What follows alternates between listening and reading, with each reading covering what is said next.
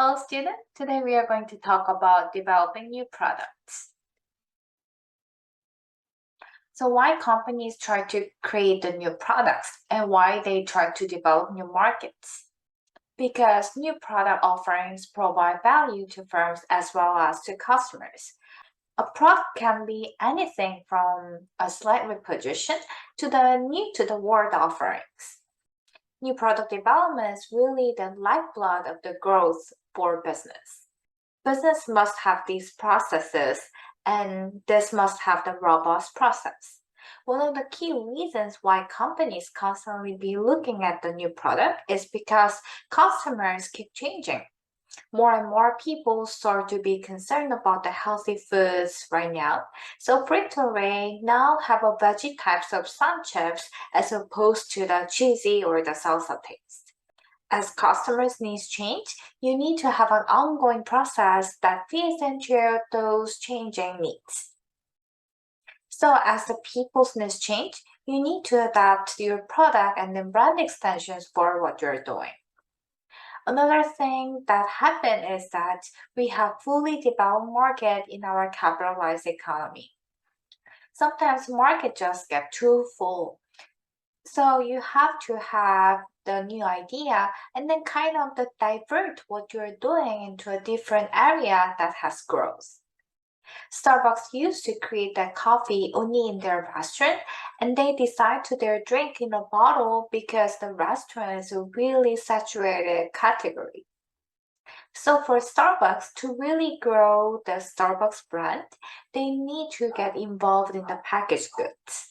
So packaged goods such as the Frappuccino or the energy drinks or the cold brew, they're looking for the different opportunities to grow their business. Other reason that you might want to get into the product development is you want to diversify your portfolio and diversify your risk. You don't want to have all eggs in the one basket per se.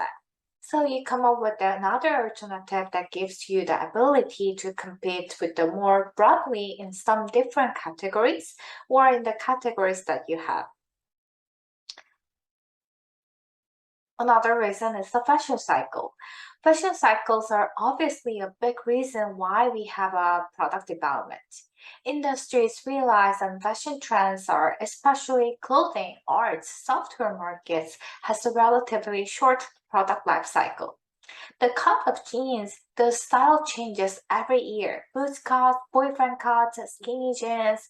So fashion cycles are sometimes created by marketers to get us to purchase, but also there's a lot of different reasons that the new product development is necessary. The fundamental biggest reason is that the customer's needs and wants and desires change over the years. So thinking about that is really important. With this new product development process, you need to understand that there's failures. New products fail, or sometimes you have get an idea that makes no sense. Companies say it was a good idea, but it actually was not true. One of my favorite examples is the Cheetos Rip Bop. So PepsiCo at one time, they thought they can create the great tasting Cheetos and then make it into lip balm. Yes, it sounds weird and crazy. Again, be aware that we got to have a robust process.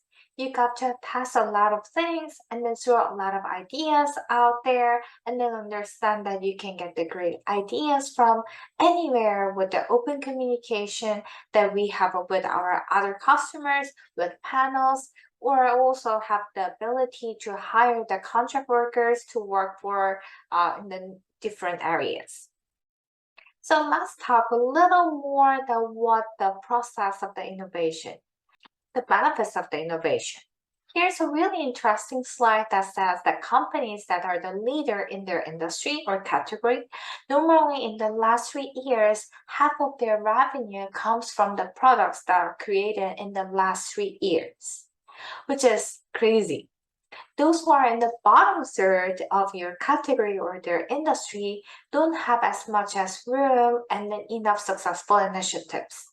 So it shows that new product development and then having good innovation seems to very tied into the success in these days. It is very critical. So the leaders clearly have done a great job coming up with the ideas and concepts to attract the new customers. Diffusion of innovation. And we are going to talk about the diffusion of the innovations in the product lifecycle. This is basically how quickly those ideas spread. This is a historical chart of the new product categories, fundamentally new categories, and then how fast they spread over time. This basically goes on in the vertical axis. It shows that when it comes to the how many households adopt a particular product, and in the horizontal axis about time. When we see the straight line, highline, is that the more and more household adopt that product category over the time. When it goes to the down lines, then it means that don't buy the customers and then they do not adopt that product categories anymore. So things that have been adopted took a while is that clothes washers. So you can see those washers are just not that long for the development time. When the first ones came out, it looks like in the 1920s. And then still we don't have the 100% adoption rate in the US household. On the other hand, refrigerator have the 100% of the adoption rate, and it started about the same time with the clothes washer, but by 1960, everybody have the refrigerator. So that means that refrigerator that creates the more utility, more fundamental advantage for people, and the more differential advantage. Using a fridge was a lot of advantage than the other things that have adopted very fast. Another example is the cell phone, probably one of the quickest adoption ever in the US history of the major product category. So we can take a look at and coming up with the idea if it is totally new idea. You might want to think about how facilitate that idea spread out, and then there are certain boundaries or certain characteristics that make some of the things spread faster than the others. So this is the kind of the interesting chart about innovation and then how fast they spread, which is a concern that you want to have and then come up with something that's totally new and then disrupting type of products. So just give you an idea that how quickly cell phone spreads to the 90% level in under the 10 years. It was exceedingly fast. So let's think about it. There's way better to have phone that you could carry around and it was available all the times as opposed to only being able to talk on the phone in your house connected to a long cord. As we see in these examples, what are some of the criteria for making an idea spread fast? The number one and the most important thing is differential and the relative advantage. How much better is than the stuff that's out there? With a cell phone, obviously it's a ton better than washing machines. As we saw in the previous slides, washing machines didn't seem like something that people wanted to spend their money as much as the refrigerator. So what's the relative advantage? We talk about creating sustainable competitive advantage. So anything that you can create always need to think about how much better is things going to satisfy customers' wants and needs. How much better is it going to solve their problems and then make their life easier? So there's a quick rule to spread. It also makes products spread quicker if it is compatible with their current life cycle or compatible with things that they can have. Apple has been able to leverage a lot of their products because they are interrelated, and then we have that massive fear that what if we don't have the iPhone, MacBook, iPad, and the Apple Pay there? Our life become more complicated.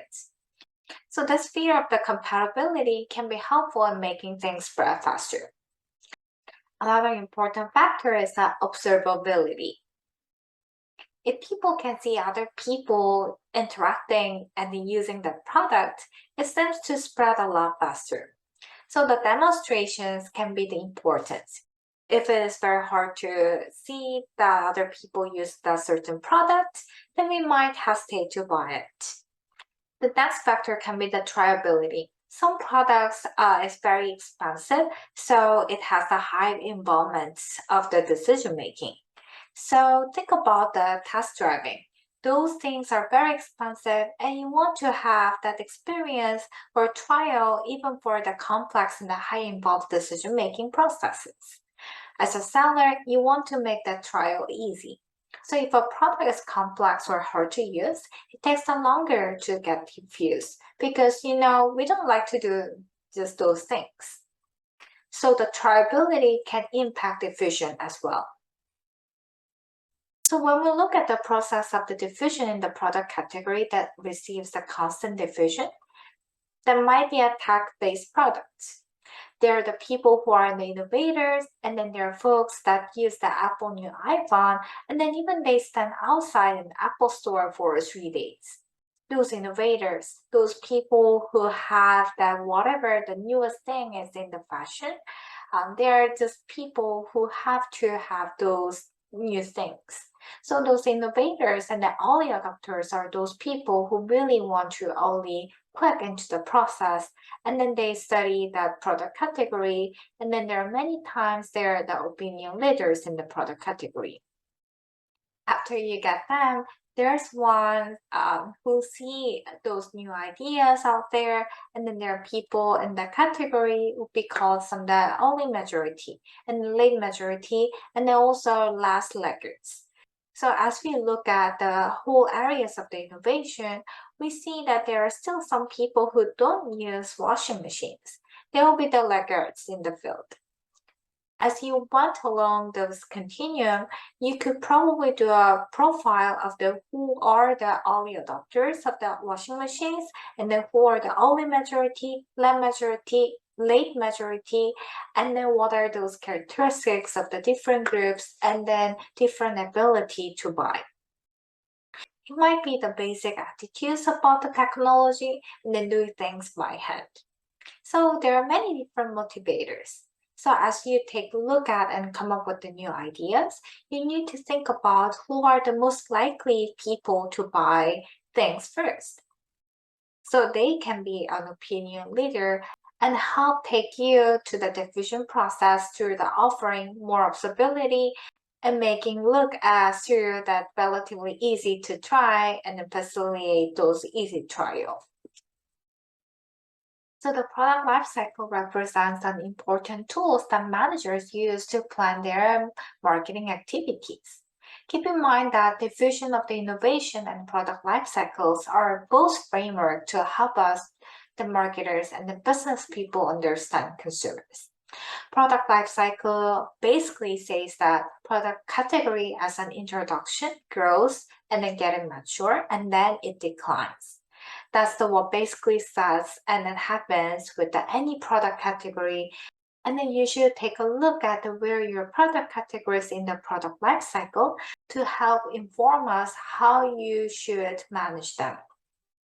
Because basic different things go on the different phases. So it helps to understand where you're at. So let's take a look at some implication of the product lifecycle during the introductory phase of the category is normally people don't know a lot of about your products. For example, electric cars. And then the growth phase or the introductory phase, during those phase, they do not have many competitors. As you go along with this product lifecycle, and then if you have a viable business proposition, more and more people are going to come to the market to play. So why they are going to do this? Because we have the capitalistic economy, and then they're going to figure out through the watching your experience. And then perhaps there's some competitors duplicate and then some copy of your products and then come up with the product that serves the similar things in the market and then even serves better. But early on, you have the few competitors and you normally come out with the only one product and then you start over. And then you get more versions of the product that doesn't get out there. And specifically, you fulfill the certain product needs and wants in that product arena. So that's the something that happened during the introduction and growth. Then you have a few different pricing strategy depending upon what your objectives are. You may do a skimming strategy to come up with the high price and then have a lot of profit if you do that successfully.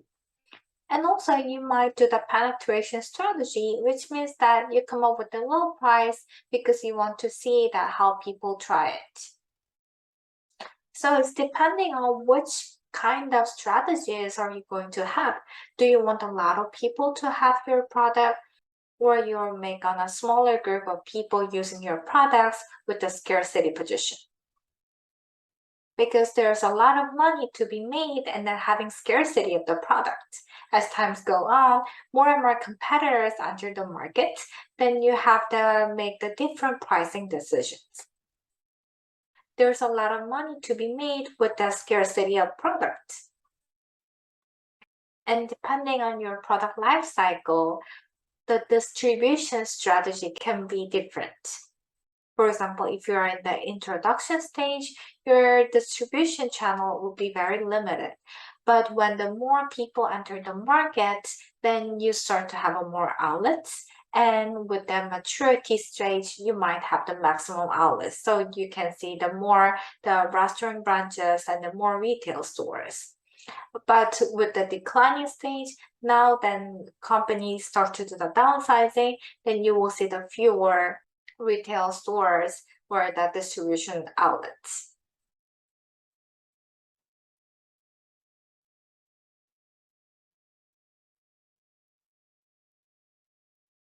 Promotion.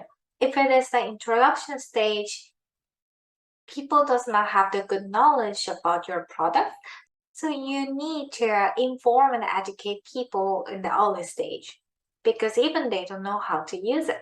So think about before pandemic, Zoom was a relatively new product, but we have been really informing and educating a lot of people how to use that during the pandemic. So now Zoom has been a lot of different competitors. It has the Google products and also Microsoft products. Now those companies stressing out their difference of the points and then they compete each other. So now it's entering the mature market. So if you have a mature brand, then the product may be a cash cow in your portfolio. So you're going to remind people and let people know to come back to your brand. Cash cow, then you want to definitely remind people. That's what the soft drinks do. In this day, the soft drinks is mature, even in the declining stage, so that you manage your resource allocation accordingly.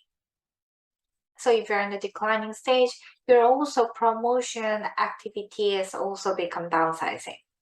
So all of those marketing mix can vary depends on which product cycle you're at. As you look at the diffusion, you know that rapid diffusion usually follows along with the different groups of people getting products and then when that phase. So if you're introducing a new category, you want to first talk to the people who are innovators, early adopters in early majority. Those are the people who are going to try your product first. And then this should help with your targeting and understanding their attitudes about the field and understanding their practices in the field. These are the people who are more likely to feel the patient with your products. And then you go to the maturity when it becomes the more broad and then look late maturity and then like us later. This is the kind of the way that how those things work. So how to introduce the new product development process and the steps to follow. We have kind of talked about some of the framework around it. The framework of the product development is that you have got to understand the market. You have got to understand what the customers want and needs, and then trends, and then what's going on with your competitive set, and then what's happening with the style and fashion. And that's the important in your area. So it is important to figure out what's your business goal and your business product strategy is going to be. So the first thing you can do is the idea generation based on your business goals and your business plan. You might come up with a lot of new ideas. And then you might have the many different areas that you would like to address to come up with the new product ideas in your product portfolio. Different companies have the different ways to generate the new ideas. After you look at those ideas, you move on to the concept testing with those ideas. You don't always fully develop the product to do the alpha or the beta testing. You might just have some sketch development and rapid prototyping and utilizing different concepts and ideas. Then you develop the product and then get into the prototype stage in the larger testing. That's essentially the whole cycle of the product development. And perhaps as you evaluate the results of the one product, it can lead to generate the next idea. So let's take a look at the idea generation. First, you need to come up with as many ideas possible, and then you screen the idea. So first, you brainstorm it. Then you should make a rule that there's never a bad idea, and then because the one idea bases and another idea, so you should get the ideas from all different types of the places. And then all the places that I listed for. You can hire a consultant, you might have the in-house R&D center. Also, you can just do the outsourcing, or you can learn from your product, or you can learn from the competitors' products. So get as many ideas you can, then you go through those process of the screening, those ideas, and then writing concepts. So after you're collecting all of this idea, not all of these ideas are really consistent with your business. For example, PepsiCo doesn't sell spirits. They are a beverage company that they don't sell spirits. Coca-Cola was doing some tests of the alcohol with their product, but essentially they will screen out all those ideas and then just boost their product, because that's not what they do. So you should screen out which is not consistent about. Then come up with the ideas that you have that you think that's the most viable, and then create them into a concept. And then take a look at that idea and test it. So if you do the concept testing, keep in mind that you always need to do within your target audience. It doesn't matter with the other groups. So all of the work that involved in the product development process needs to be into the target audience. So make sure that the heavy users like your ideas, and then move on to those who like users, make them to like your idea. So we want the core customers who like your idea, satisfied idea with the company's innovation. So make sure that you're testing with the right people with the important concept. So let me give you an example with the hamburger business. With the Hot-Doggy Burger, this is very popular hamburger chain, and they represent the handmade burgers with the highest quality ingredients, and then they just do things right away. So the target audience for the Hot-Doggy Burger is the men and women who have the pretty young age, and then their lifestyle is more active, and then choose healthier option. And then with that, they have also higher income and then higher education. And then here's how the concept look like. So concepts presented to potential buyers or users to measure their reactions. So these are the burgers in the Hot-Doggy Burger. So as you see here, the concept usually is a brief written description and a picture of the product. So you just want to get the people's reaction and ideas as to whether it's a good idea or not. Many times that you have them the score on a scale 1 to 10, how likely are you to buy this product? How well do you think you like this product? And give some other feedback. So these are usually the quantitative studies, and then when you do the concept testing, because you want to make sure that you come up with absolutely the best ideas to develop. Because the R&D teams has the limited amount of time and resource, and you want them to focus the ideas with the most potential. So with the target audience of the Hot-Doggy Burger, they have some the good night and the good cost burger. So it has some more, it represents more kind of social responsibility of the local business. So actually it well matches with the target audience of the Hot Doggy Burger. Then once you figure out the best concepts are, you start to developing the product. You create the prototypes, do the alpha and then beta testing. And then you do sketch marketing strategy and then make sure to understand how it should be positioned. Then we talk about segmenting, targeting, positioning, all those research that you should do with the target segments to this point, and then you need to figure out how do I talk about our product, and then how do we position it. Then we develop the packages, and then we develop the branding, and then we develop the labeling. All those things are important. So you develop those things and then figure out how am I going to price it? And then how am I going to promote it?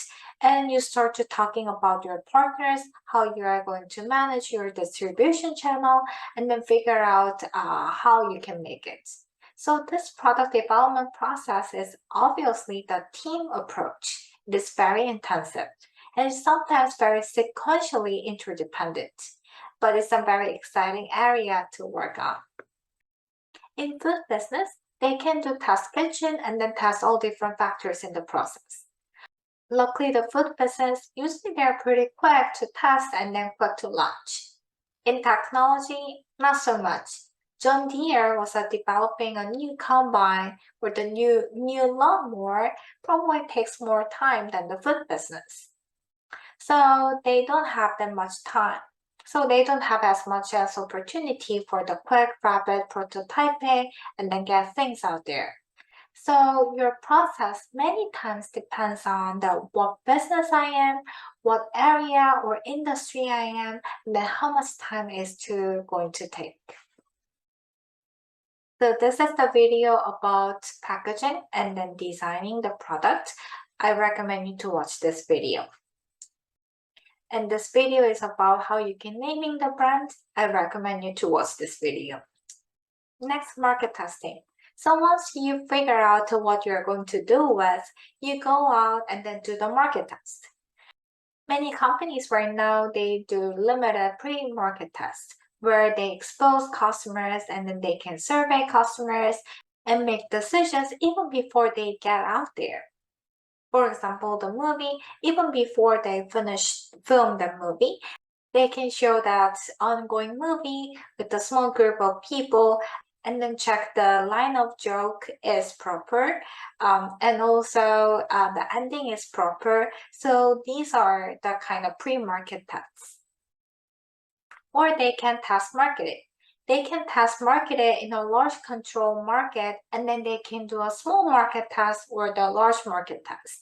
Sometimes they can simulate to where they will take people in the waiting room and then they will show some ads and then bring in some of the products and then ask their opinion about it. And also they can create a fake grocery store format and then see what people are going to buy. In full market test, you just go out there in the market test and then just ask them what you did in the small market. Just watch what people's decision. So anytime when you involve these processes, you need to have a good analyst, a quantitative person who can take a look at the processes and then figure out the projectability. They should have really good market opportunity analysis for you based on the test results. So those test market processes are things that you already have validated this product that you can make and also with the attractiveness. And then also make sure that this product, this idea is the next best good idea for you to go with. Okay, that's it. Thanks so much for your time.